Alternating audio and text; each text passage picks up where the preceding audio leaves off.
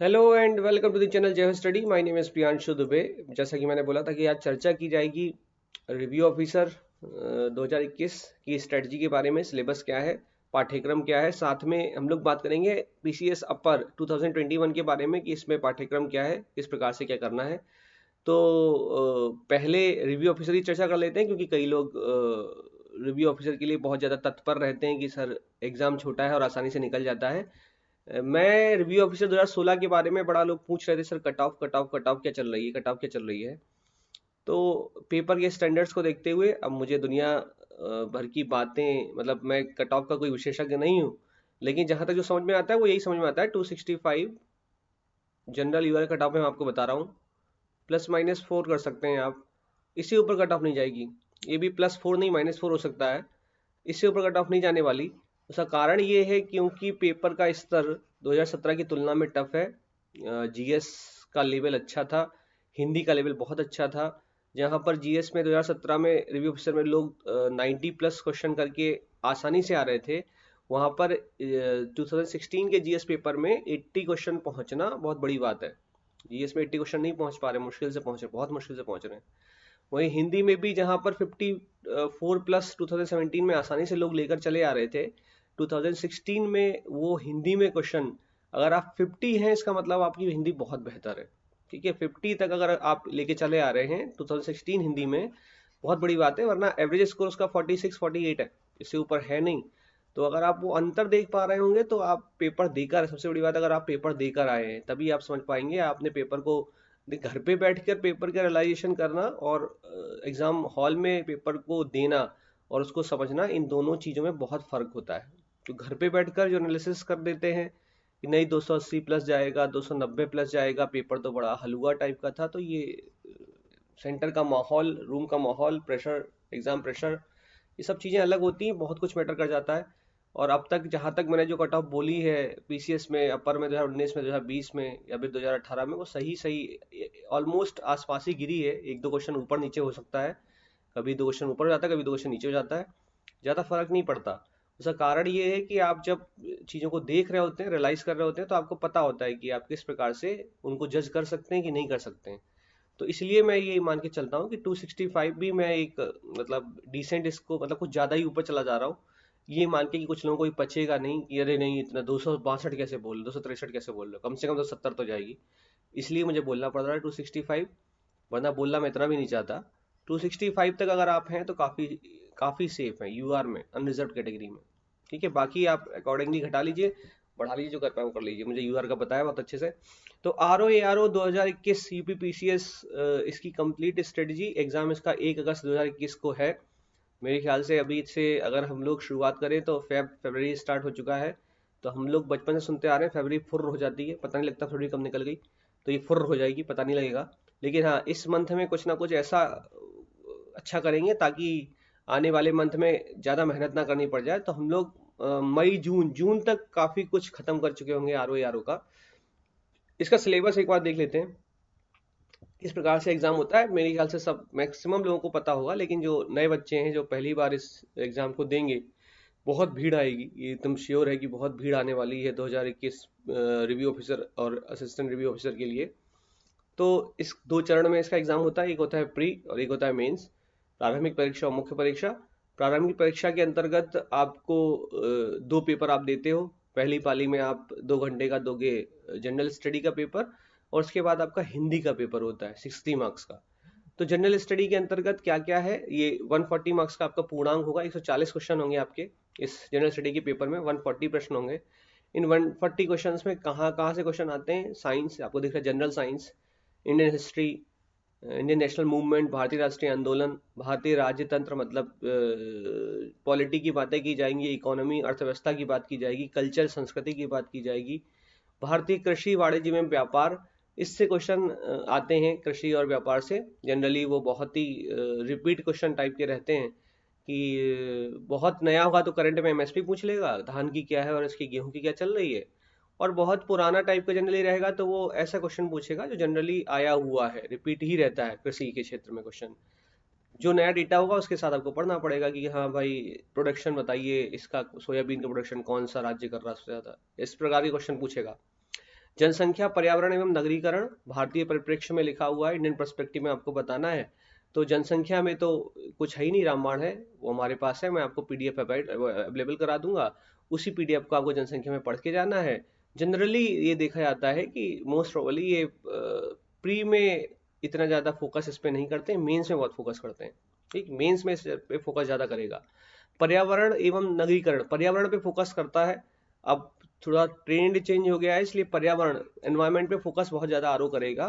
तो इसलिए आपको एनवायरनमेंट की घटना चक्र साथ में पढ़ते रहना पड़ेगा। साथ ही साथ जो मैं लेक्चर में पढ़ा दूंगा उसको आपको कंठस्थ कर लेना है कि हाँ इन्होंने ये इकोसिस्टम बता दिया, बायोडाइवर्सिटी बता दिया, की स्टोन स्पीसीज क्या होती हैं ये बता दिया, सक्सेशन अनुक्रम क्या होता है उसके उसके अनुक्रमण के बारे में इसके बारे में बता दिया, प्राइमरी सक्सेशन सेकेंडरी सक्सेशन ये क्या होता है इसके बारे में बता दिया। तो जो जो मैं जैसे जैसे बताता था वैसे वैसे आपको पढ़ लेना है बस, उसमें ज़्यादा दिमाग नहीं लगाना है कि हाँ ये कहाँ से स्टार्ट हो रहा है क्या, इतिहास में उसकी ज़्यादा नहीं जाना, जितना जितना जैसे जैसे बताऊँ वैसे वैसे आपको करते चले जाना है। तो ये पोर्शन पर्यावरण ये आपका गलत नहीं होगा, हिस्ट्री आपका गलत नहीं होगा, मैं ही टैकल कर रहा हूँ, ये भी गलत नहीं होगा, मैं टैकल कर रहा हूँ। भारतीय राज्यतंत्र, अर्थव्यवस्था, संस्कृति ये आपका गलत नहीं होगा, मैं टैकल कर रहा हूँ। सामान्य विज्ञान आपको पढ़ना पड़ेगा। ठीक, यहाँ पर एक सर आएंगे वो साइंस पढ़ाएंगे अलग से, लेकिन मैं कोशिश करूंगा कि इसके मोस्ट इंपॉर्टेंट 500 क्वेश्चंस जो मैं दे पाऊंगा बायोलॉजी में, जहां पर आप फंसते हैं, मोस्ट इंपॉर्टेंट 500 क्वेश्चंस मैं आपको बायोलॉजी करा दूंगा, जो मुझे लगता है कि बार बार आते हैं। ठीक है, बार बार मोस्ट इंपॉर्टेंट का मतलब छांट के, ऐसा नहीं है कि वही रिपीट कर दिए मैंने, ऐसा नहीं करूंगा, मैं नए क्वेश्चन भी रखूंगा लेकिन मैं उसको छांटूंगा कि हाँ अभी इस साल ये आया तो अब इस साल ये आने की संभावना ज्यादा है, एक स्टेप आगे जाएगा। हर साल एक स्टेप आगे जाता है पेपर, कुछ ना कुछ नया ऐड करेगा, कुछ ना कुछ अलग सा ऐड करता है। विश्व भूगोल और भारत का भूगोल ये भी अगर मौका मिलेगा तो मैं ही इसको टैकल कर लूंगा, और मैं आपको इसमें बहुत ही ब्रीफ में हर चीज़ बताऊंगा, बहुत ब्रीफ में, उतना ही आपको पढ़ के जाना है, उतने ही नोट्स प्रोवाइड कराए जाएंगे, उतना ही पढ़ना है, उससे ज़्यादा नहीं पढ़ना है। प्राकृतिक संसाधन, नेचुरल रिसोर्सेस मैंने पहले ही नोट्स में रखा जाएगा वो। राष्ट्रीय अंतर्राष्ट्रीय तो करंट अफेयर आ गया, करंट अफेयर तो करंट अफेयर की क्लासेस तो आपकी रेगुलरली चलेंगी।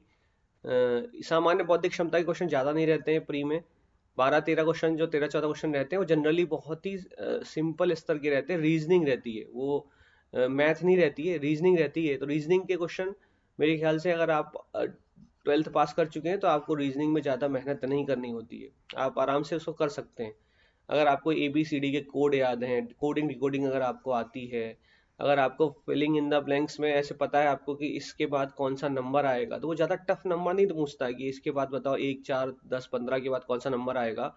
इस प्रकार के सिंपल क्वेश्चन रीजनिंग में रहते हैं, बहुत टफ नहीं रहते, बहुत सिंपल रहते हैं, कर लेंगे आप अगर आपने थोड़ी सी भी प्रैक्टिस करी हुई है पिछले 5 से 7 साल के पेपरों के ऊपर, तो आप ये क्वेश्चन आराम से कर ले जाएंगे, आपको दिक्कत नहीं होगी।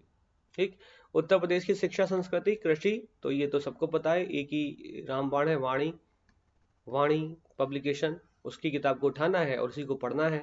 तो कुछ यहाँ पर मुझसे कह सकते हैं अब तो क्वेश्चन वाणी से आते ही नहीं, तो देखो इस पे फिर से मैं कल भी मैंने बोला था, मेरा वीडियो देखा होगा तो मैं कल भी बोला कि देखो ऐसा नहीं है क्वेश्चन नहीं है आज, अगर उत्तर प्रदेश से रिव्यू ऑफिसर में 20 क्वेश्चन आए, 18 क्वेश्चन मान लीजिए आए, तो मैं ये अच्छे से जानता हूं कि 14 क्वेश्चन वो होंगे जो वाणी में दिए होंगे, 100% दिए होंगे, 4 क्वेश्चन वो होंगे जो वाणी में नहीं दिए होंगे। ठीक, तो आप कहाँ फोकस करते हैं, आप यहाँ पर फोकस करते हैं, ये मारे हम तो इसको करके रहेंगे, यही मात खा जाएंगे, और बाकी जो निकल जाते हैं वो यहाँ फोकस करते हैं 14 क्वेश्चन पे, कि ये कम से कम इस इन 14 में 14 सही अगर हो गए, 14 में 14 सही हो गए तो हमारा कल्याण हो जाएगा। तो आपको भी यही करना है, आपको 14 में 14 सही करने, तभी कल्याण हो पाएगा, वरना कल्याण नहीं हो पाएगा। इन 4 पर फोकस करना, रखना है, ऐसा नहीं नहीं रखना है। इन 4 में भी एक दो क्वेश्चन आप थोड़ा सा गेस वर्क मारेंगे तो आपको लग जाएगा कि हाँ मेरा सही हो गया है। तब भी 140 में 140 कोई करके नहीं आता। अब ये संयम तो आपको देना ही पड़ेगा, मैं यहाँ पर फेंकने को फेंक सकता हूँ कि मैं इतना पढ़ा दूंगा कि आप 140 में 140 कराएंगे, नहीं कर पाएंगे, मैं तो खुद कह रहा नहीं कर पाएंगे। हाँ, ये है कि आप 120 के आसपास आपको इतना कॉन्फिडेंस रहेगा कि हाँ मैं यहाँ तक अपने स्तर को बढ़ा सकता हूँ। कट ऑफ तो 120 भी नहीं जाएगी, कट ऑफ तो और नीचे पहुंचेगी। 100 प्लस अगर आप करके आ रहे हैं और बहुत अच्छे से, मैं जीएस की बात कर रहा हूँ, मैं 140 में जीएस की बात कर रहा हूँ, मैंने अभी तक हिंदी ऐड नहीं किया उसमें, तो मैं जीएस की बात कर रहा हूँ। तो अगर आप इस 140 में 100 भी टच कर दे रहे हैं एक्यूरेसी के साथ, तो आपका सिलेक्शन फॉर श्योर एकदम होगा, 100% होगा, रुकेगा नहीं। लेकिन हाँ, 100 प्लस 100 प्लस एक्यूरेसी के साथ आपको 90% 95% एक्यूरेसी के साथ मारने पड़ेंगे। और वो कोई कठिन काम नहीं है, वो बहुत आसानी से हो जाता है। कंटिन्यूसली अगर आप मेरे साथ बने रहेंगे तो मैं आपको पल पल, हर पल आपको ये एहसास दिलाता रहूंगा कि पेपर देखो इस प्रकार से क्वेश्चन इस साल ये आया था, और देखो अब इसके साल इसी को हल्का सा मॉडिफाई करके 1-2 साल बाद देखो ये पूछा। तो इससे क्या होगा कि आपके दिमाग के द्वार खुलेंगे कि हाँ, ये हमने नहीं देख पाया इस चीज को, हमने इसलिए देख लिया क्योंकि हम लगातार उस चीज को देख रहे हैं, तो हमको समझ में आ जाता है कि हाँ, यहाँ से देखो इस तरीके से पैटर्न उठ रहा है। तो इसलिए अगर साथ में बने रहेंगे तो आपको ये फायदा हो जाएगा कि इस सिलेबस को करने में जहाँ आप खुद के बलबूते बहुत टाइम लगा सकते हैं, वहाँ आप मेरे सहारे बहुत कम समय में बहुत जल्दी इन सब चीज़ों को एक्वायर कर लेंगे। ठीक। करंट अफेयर गलत नहीं होगा आपका, जहाँ तक जितना पढ़ा दूंगा उतना ही पढ़ना होगा, उससे ज़्यादा नहीं पढ़ना होगा।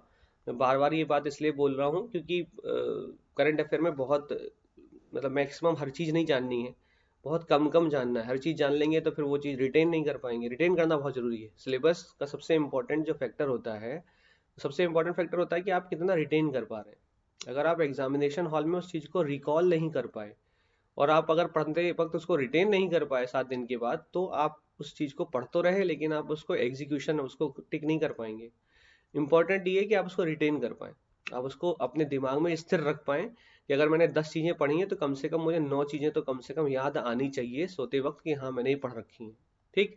तो रिटेन कैसे करना है और किस प्रकार से रिकॉल हो सकता है, ये भी बीच में कभी मैं बातें करता रहा करूंगा कि देखो इस प्रकार से पढ़ो, ये ऐसे डायग्राम बनाओ, ऐसे खाका बनाओ, ऐसे तैयार करो, तो आपको ये याद होता रहेगा। अगला सेक्शन है हिंदी का, जो 60 मार्क्स का आता है। इस हिंदी के सेक्शन में जो 60 मार्क्स का सेक्शन रहता है, इसमें आपको विलोम शब्द 10 क्वेश्चन रहेंगे, वाक्य एवं वर्तनी शुद्धि 10 क्वेश्चन, अनेक शब्दों में एक शब्द, तत्सम तद्भव, विशेष और विशेषण, पर्यायवाची शब्द, ये 10-10 क्वेश्चन करके 60 मार्क्स का ये पेपर होगा। और इस 60 मार्क्स में अगर आपने बहुत अच्छे से पढ़ा है, फॉर एग्जाम्पल 2016 में क्या कमी रह गई, रिव्यू ऑफिसर और असिस्टेंट रिव्यू ऑफिसर 2016 में मैं क्यों बोल रहा हूँ कि बच्चों के 45-46 अगर आ रहे हैं तो बहुत अच्छे मार्क्स हैं, उसका कारण ये है कि जनरली इस एरिया में कोई फोकस नहीं करता। ठीक। यह सोच के साथ लोग पहुंचे थे 2016 का देने के लिए कि हिंदी में इतना टफ तो उसने आज तक नहीं दिया, तो क्या ही टफ देगा, और जो जनरली हम जो पढ़ लेते हैं घट्टा चक्र से वही तो वो पूछ लेता है, वही हम टिक करके चले जाएंगे। इसलिए जिस स्तर की जनरली जो 2016 में कोई नए बच्चे नहीं आए, जितने बच्चे थे सारे पुराने ही 2016 में जिनका एनरोलमेंट था उन्होंने ये पेपर दिया है। उस हिसाब से देखा जाए तो वो लोग बहुत मस्ती के साथ पेपर देने गए कि हाँ, इतना ही तो आएगा, इससे कठिन तो वो कभी नहीं पूछेगा, तो कठिन पढ़ा ही नहीं गया। जो जनरली पढ़ रहे थे वही पढ़ते पढ़ते चले गए। इसलिए मैं कह रहा हूँ पेपर का स्तर हल्का सा उठा तो 46 एवरेज मार्क में लोग चले आए। ठीक। वरना तो 50 प्लस हर कोई रहता है, हिंदी में 50 प्लस हर कोई रहता है। अगर आप थोड़ा सा भी हिंदी अच्छी पढ़ रहे हैं तो आप 50 प्लस रहेंगे। क्या करना है इसमें, फिर इसमें किस प्रकार से क्या करना है, तो देखो जहाँ फोकस एरिया है, जहाँ पे वो आपको फंसाता है, जहाँ पे वो आपको परेशान करता है, वो ये है तत्सम तद्भव, विशेष और विशेषण। सब लोग इसमें बहुत डरते हैं, या समझ में नहीं आ रहा क्या हो रहा। इसमें भी मैं मेहनत नहीं करनी है, पीडीएफ प्रोवाइड करा दी जाएगी, साथ में मैं आपको उसमें पढ़ा दूंगा कि विशेष और विशेषण को पहचानना कैसे है। ठीक है।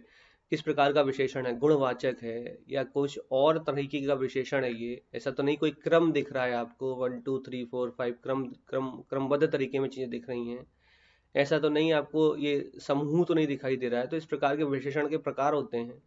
विशेषण और विशेष बहुत आसान टॉपिक है, शर्त ये है कि आप उसको फील कर पाए।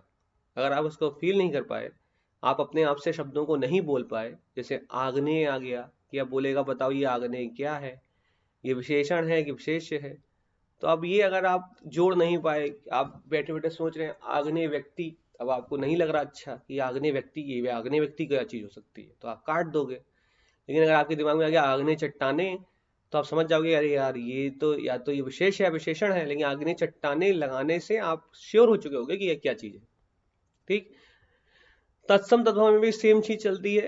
अगर आप जितनी बार इस चीज को पढ़ेंगे उतनी बार ये आपको क्लियर होती चली जाएगी, जितनी बार आप पढ़ेंगे। अगर आप एक इस तत्सम तत्व चैप्टर को अगर आप 20 बार पढ़ चुके होंगे तो मेरे ख्याल से वो चीजें आपके दिमाग में रट चुकी होंगी। रटने वाला कॉन्सेप्ट है ये समझने वाली चीजें नहीं है कि छात्राज्ञा वाले शब्द में तत्सम होते हैं। वो तो शॉर्ट ट्रिक कहीं ना कहीं से आप ढूंढ ही लोगे कि हाँ, जहाँ पे क्षा होता है, त्रा होता है, ज्ञा होता है, वो सारे तत्सम होते हैं। चंद्र बिंदु वाले तद्भव होते हैं, ये तो हर कोई ढूंढ लेता है। लेकिन फाइनली जो करना होगा वो ये कि आपको बार बार पढ़ना पड़ेगा, और इस बार बार पढ़ने की आदत को डालने के लिए टेस्ट होंगे, टेस्ट कराए जाएंगे कि टेस्ट करिए, टेस्ट दीजिए बार बार। टेस्ट देने आएंगे तो आपको उससे फायदा होगा। भले ही उन टेस्ट को देने के बाद आप रोएं कि यार इतना टफ क्यों पूछ रहे हैं, लेकिन हमेशा याद रखिए जितना पेपर मेंटेन करके चला जाएगा, जितना अच्छा रहता है पेपर, उतना ही बाद में जब आप फाइनल एग्जाम देने जाते हैं तो आपको रोना कम आता है। और जितना अभी से हम अगर हलवा देने लगेंगे आपको, तो आप अंत तक आते आते हलवे की आपको आदत हो जाएगी और आप अंत में भी बहुत गंदा करके आएंगे। इसलिए जनरली पेपर का स्तर हल्का सा हाई रखा जाएगा जब टेस्ट दिया जाएगा आपको। वो प्रश्न जो हमको लगते हैं कि आ सकते हैं, जो हमारी टीम को लगते हैं कि हाँ ये आने वाले भविष्य में आएंगे जरूर, वो सेट किए जाएंगे टेस्ट सीरीज के अंतर्गत। ठीक, मैं फिर से कह रहा हूँ, कुछ लोगों ने मुझे मैसेज किया सर ऐसा तो नहीं कि आप चले जाएंगे। देखिए, मैं आपके साथ अंत तक रहूंगा। 2021 रिव्यू ऑफिसर 2021 के मेंस तक मैं आपके साथ हूँ, और पीसीएस अपर 2021 के साक्षात्कार तक मैं आपके साथ बैठा रहूंगा, आपके साथ रहूंगा एकदम कंटिन्यूसली। उसके बाद का पता नहीं, लेकिन यहाँ तक तो एकदम साथ हूँ। अब कमिटमेंट के साथ चल रहा हूँ, तो यहाँ तक मैं 110% साथ रहूंगा। ठीक है, 110% साथ रहूंगा आपके। पर्यायवाची शब्द, फिर वही मैं बार बार बोल रहा हूँ, इसको रटना है। सुबह उठिए, सुबह 6-7 बजे जितने बजे भी उठते हैं, तो सबसे पहले उठने के साथ आपका पहला काम, अगर आप रिव्यू ऑफिसर पे फोकस कर रहे हैं तो आपका सबसे पहला काम होना चाहिए कि आप कम से कम कुछ नहीं तो डेली, अगर आप कल से भी शुरुआत करते हैं, मैं मान के चलता हूँ ह्यूमन नेचर बड़ा गंदा होता है, आज से भी नहीं कर पाएंगे, कल से भी अगर शुरुआत करते हैं तो आप अगर डेली 10 पर्यायवाची सुबह सुबह पढ़ लेते हैं, उठ के 7 बजे 8 बजे उठते हैं या 11 बजे भी उठते हैं, जैसे जितना बजे भी आप उठते हैं, आप उठिए और इसको 10 पर्यायवाची उठा के एक नोट्स आपके पास होना चाहिए, उन 10 पर्यायवाची को पढ़ जाइए बस। सिर्फ 10 डेली करने हैं। आज जो भी डेट है, फरवरी का 3-4 फरवरी चल रही होगी, उस हिसाब से अगर मैं देखूंगा तो मुझे समझ में आएगा कि अगर मैं आज कल से भी ये स्टार्ट करूंगा तो मेरे पास बहुत दिन है। ठीक है, कम से कम कुछ नहीं तो 90+ डेज तो मेरे पास हैं ही आराम से बैठे बैठे। और अगर इन 90+ डेज में मैं डेली बेसिस पर, चलो मैं 90+ में मान के चल रहा हूँ कि आप संडे संडे नहीं पढ़ रहे होगे, तो भी अगर आपके पास 75+ डेज हैं, तो मैं मान के चल रहा हूँ कि अगर आप 10 पर्यायवाची डेली पढ़ते हैं तो 750 पर्यायवाची आपके टिप पर होने चाहिए, 750। ठीक, नहीं 750 पर्यायवाची टिप पर होंगे, इसका मतलब मैं तब भी मान के चलता हूँ कुछ नहीं तो 500 पर्यायवाची, या चलो 300 पर्यायवाची तो आपने कई बार पढ़ रही है, कई बार आपने रिपीट मोड में पढ़े होंगे। तो आप खुद सोचो कि अगर आपने ये कर रखा है तो क्या वह आपसे पूछे सुधाकर किसका पर्यायवाची, तो आप नहीं बता पाएंगे, है ना। वो अगर आपसे पूछेगा कैसा भी सुधा किसका पर्यायवाची है, अमी किसका पर्यायवाची है, तो आप बता देंगे। आपको दिक्कत नहीं होनी चाहिए, क्योंकि आपने इसको कई बार पढ़ रखा है। गलती कहाँ पर होती है कि हम उसको कई बार रिपीट मोड में नहीं पढ़ रहे होते हैं, रिवीजन नहीं कर रहे होते हैं। और जहां हम रिवीजन नहीं करते वहीं पर एक बच्चा उसी एक क्वेश्चन में सिलेक्ट हो जाता है, और कई सारे लोग उसी एक क्वेश्चन में सिलेक्ट नहीं हो पाते, नीचे जाते हैं, प्री नहीं निकल पाता। मैं प्री की बात कर रहा हूँ, बार बार मैं प्री बोल रहा हूँ, अभी मैंने मेंस की बात ही नहीं करी।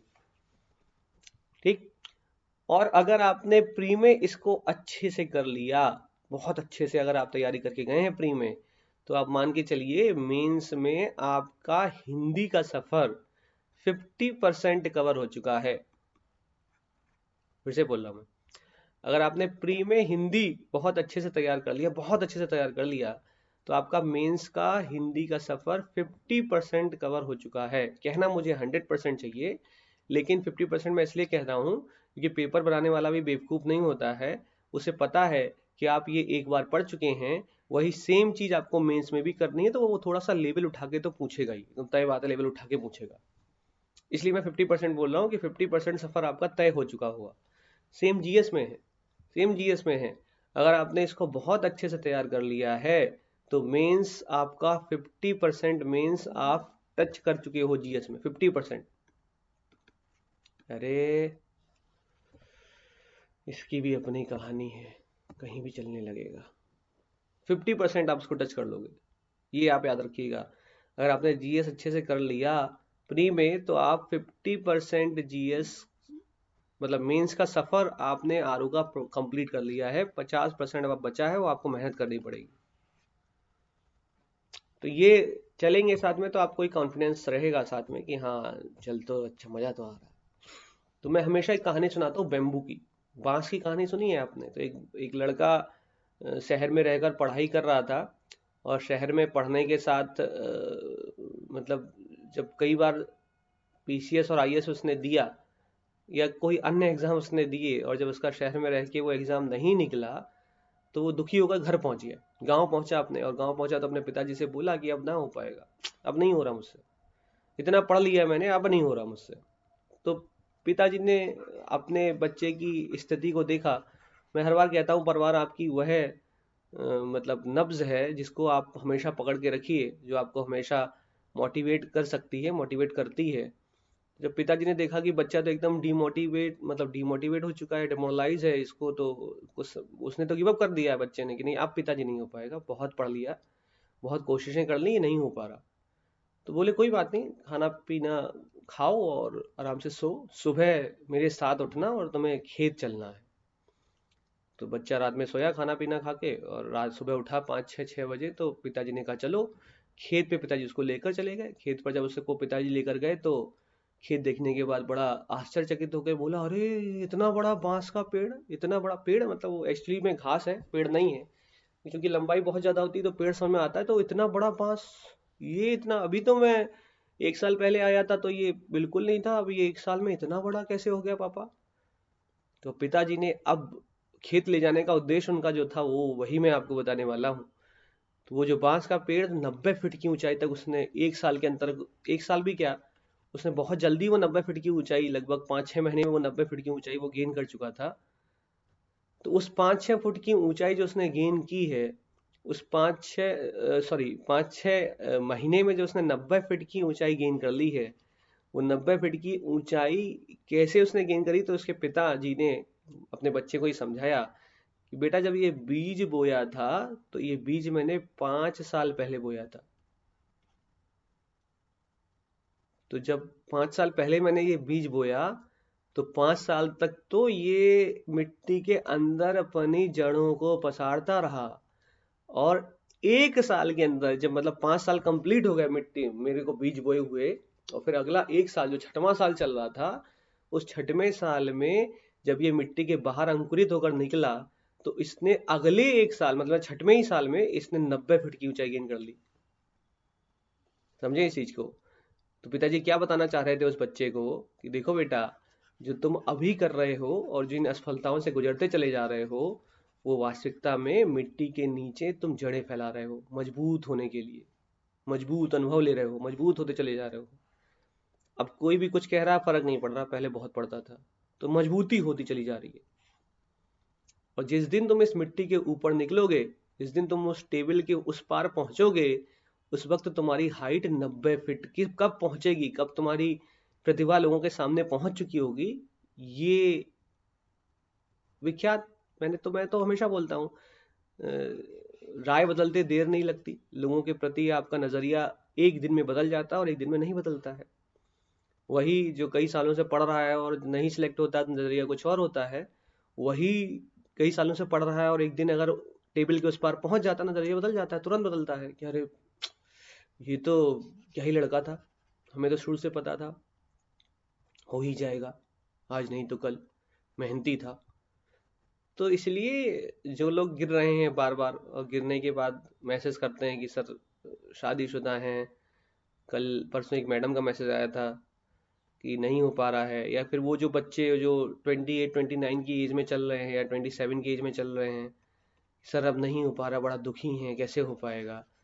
तो ये मत सोचो कि जो हार बार बार मिल रही है उस हार से कुछ घाटा हो रहा है, वो अनुभव देके जाता है, वो अनुभव दे रहे हैं तो अनुभव के साथ चीजें चल रही हैं, इसलिए परेशान होने की जरूरत नहीं है। ठीक, मेरे इस लेक्चर को YouTube पे 1.5x की स्पीड में जाके सुनना, क्योंकि मैं बहुत धीमे धीमे चीज़ों को बता रहा होता हूँ, तो कई बार ऐसा होता है बहुत धीमे चल रहा हूँ। तो YouTube पे एक फीचर होता है 1.5x, उसमें आप स्पीड अपनी बढ़ा देना तो समझ में पूरा पूरा आएगा, स्पीड बढ़ा लेना तो आराम से समझाओगे। ठीक है, टाइम उसमें ज़्यादा देने की जरूरत नहीं है। तो ये मुख्य परीक्षा का पाठ्यक्रम वही सेम GS 120 मार्क्स का, और वही सारा सिलेबस सेम चलता है उसमें। यूपी में कुछ ज़्यादा फोकस करेंगे, जनगणना पर कुछ ज़्यादा फोकस कर देते हैं, ये ध्यान रखिए। और सेकेंड पेपर में जब आप आते हैं, सेकेंड मतलब जी 120 मार्क्स का जीएस हो गया, सॉरी 120 मार्क्स का आपका जीएस हो गया, ऑब्जेक्टिव सामान्य अध्ययन हो गया। उसके साथ में आपका 120 मार्क्स का ये सामान्य हिंदी एवं आलेखन होता है, जिसके अंतर्गत आपको गद्यांश का शीर्षक, सारांश, रेखांकित अंशों की व्याख्या करनी होती है। ज़्यादा कठिन नहीं होता है, तो सिंपल सी चीज़, ज़्यादा टफ नहीं है। उसके अतिरिक्त आपको सरकारी पत्र और का सारणी रूप टेबुलर फॉर्म में सार लेखन करना होता है, जिसमें जनरली लोगों को 12 नंबर मिल जाता है। अगर 15 में 12 मार्क्स मिलता है आराम से, अगर आपने थोड़ा सारणी लेखन सीख लिया। हाँ, ये क्रम संख्या लिखेंगे, फिर दिनांक लिखेंगे, फिर प्रेषित लिखेंगे, प्रेषिती लिखेंगे, है विषय वस्तु लिखेंगे। तो ये सब चीज़ें अगर आप सीख जाएंगे तो आपको 15 में 12 नंबर मिल जाएंगे, आपको टेंशन नहीं होगी। पत्राचार 3 तरह की के आपको इसमें 1 2 3 4 5 6 7 8 मतलब 9 तरीके के पत्र आपको दिखाई दे रहे होंगे इसमें। शासकीय, अर्धशासकीय, कार्यालय आदेश, ज्ञाप, परिपत्र, विज्ञप्ति, टिप्पण कभी नहीं पूछा जाता है, बहुत बहुत मुश्किल है जब पूछ लिए। प्रतिवेदन और अनुस्मारक जनरली जो वो बहुत फोकस करता है, हर साल अल्टरनेटिव वे में चलता है, कभी शासकीय पूछेगा तो कभी अर्धशासकीय पूछेगा। अगर आपको ये आ गया, शासकीय आप सीख गए, तो आपको ये नहीं पढ़ना पड़ेगा, आपको ये नहीं पढ़ना पड़ेगा, आपको ये नहीं पढ़ना पड़ेगा। कहीं अरे ये कैसे बोल रहे हैं, सब पढ़ना पड़ता है। ये पढ़ने के तरीके और अनुभव से कई बार आता है, दिखने लगता है कि अगर आपने शासकीय पत्र पढ़ लिया तो आपको परिपत्र पे मेहनत नहीं करनी है, अनुस्मारक पे ज़्यादा मेहनत नहीं करनी होती है। कैसे आएगा ये मैं बताऊंगा आपको, किस प्रकार से ये चीज़ें चलेंगी, कि अगर ऐसे कैसे बोल रहे हो कि शासकीय पढ़ लिया तो परिपत्र से मेहनत नहीं करनी, नहीं मेहनत करनी है। अगर आपने कार्यालय आदेश, सबसे सिंपल अगर कुछ है तो ये कार्यालय आदेश सबसे सिंपल है, ये इसमें कुछ नहीं पढ़ना। और हर पत्र की अपनी एक रूपरेखा होती है, लिखित प्रारूप क्या चीज होती है, प्रारूप क्या चीज होती है, उदाहरण सहित प्रारूप क्या चीज होती है, ये सब चीजें देखनी पड़ेंगी। कई लोग इस बार कंफ्यूज रहे, वहां पूछा था लिखित प्रारूप बताना है आपको, लिखित तो लिखकर बताना होता है, तो कुछ लोग डॉट डॉट डॉट में कराए हैं, कुछ लोग पूरा पूरा लिख कर आए हैं। पूरा पूरा लिखने वाला ही ज्यादा समझ में आता है कि लिखित प्रारूप लिखा हुआ है, लेकिन लोगों के अपने तर्क हैं। बात करेंगे, इस बारे में चर्चा करेंगे, लेकिन सबसे सिंपल मैं आपको बता रहा हूँ, कार्यालय आदेश सबसे सिंपल ये है, सबसे सिंपल कार्यालय आदेश। और उससे भी सिंपल शासकीय पत्र है, कुछ पढ़ना ही नहीं है इसमें। तो एक सेट पैटर्न है कि यहाँ पत्रांक, यहाँ पत्र संख्या, यहाँ पर वो विभाग का नाम, उत्तर प्रदेश सरकार या भारत सरकार, यहाँ से प्रेषक लिखेंगे, यहाँ से कॉमा लेंगे, ये नाम, पदनाम, विभाग का नाम, उसके बाद सेवा में लिखेंगे, यही फिर 3 लाइनें, फिर महोदय लिखेंगे, फिर कॉमा में एक पर्टिकुलर एक रेंज है। यहाँ उपयुक्त पत्र संख्या के संदर्भ में मुझे आपसे यह कहने का निर्देश हुआ है कि, यही सब चर्चा है। तो इसके प्रारूप में आपको दूंगा, उन्हीं प्रारूप पे आपको चलना है, उन्हीं प्रारूप पे आपको सब कुछ याद करना है। एक एक पत्र हर चीज का आपको रटा होना चाहिए, एक एक पत्र, एक एक प्रारूप, एक एक शासकीय, मतलब जैसे शासकीय पत्र आपको रटा होना चाहिए, एक किसी भी कोई भी एक उदाहरण आपको रटा होना चाहिए एकदम। अर्थशास्त्र के पता आपको रटा होना चाहिए। आप बोलेंगे अरे कैसी बातें कर रहे हैं, रटा होना चाहिए का मतलब आपने कम से कम कुछ नहीं तो 5 बार उसको एक पेज पे लिखा हो अपनी भाषा में। कुछ भाषा किताब से भी चुरानी है और कुछ अपनी जोड़ के आपको लिखना है, ठीक, ये ध्यान दीजिएगा। इसी प्रकार प्रभाषित शब्दावली, अंग्रेजी से हिंदी, हिंदी से अंग्रेजी, ये सब ज़्यादा कठिन नहीं है, बहुत सिंपल सिंपल सी चीज़ें हैं। सबसे ज़्यादा डर यहाँ लगता है तो पीडीएफ में जितने हमारे क्वेश्चंस रहते हैं उनसे बाहर नहीं आता, जनरली वहाँ से कवर पूरा पूरा हो जाता है। जनरली आप पूरे 16 17 18 नंबर लेकर आएंगे, ठीक। कंप्यूटर ज्ञान मेरा कंप्यूटर साइंस सब्जेक्ट रहा है, तो आपको इसमें दिक्कत होगी नहीं, इसलिए इन सब चीज़ों में आपको परेशान नहीं होना है, आराम से ये आप कर लेंगे।